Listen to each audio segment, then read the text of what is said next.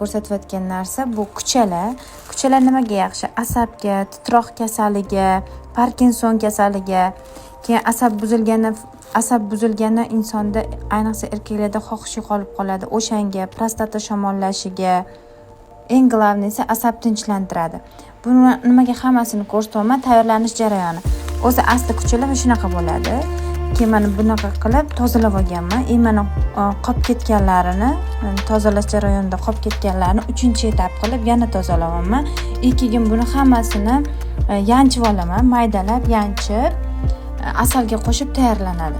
Bu ma'lumotlarni o'zi mana ota-onam necha yildan beri dori qilishardi. Mana Xalq tabobati kitobida ham yozilgan. Mana kuchalar ildizini tuyib, asalga qo'shib qaynatilsa va kuniga 3 mahal chigit kattaligida yalansa, kishini baquvvat qiladi, falaj, shol va asab kasalliklarida foyda qiladi. Har bitta prostataga kuchalar qo'shib berganman. Videolarda ham bor hammasi. Nima uchun? Kishini baquvvat qiladi.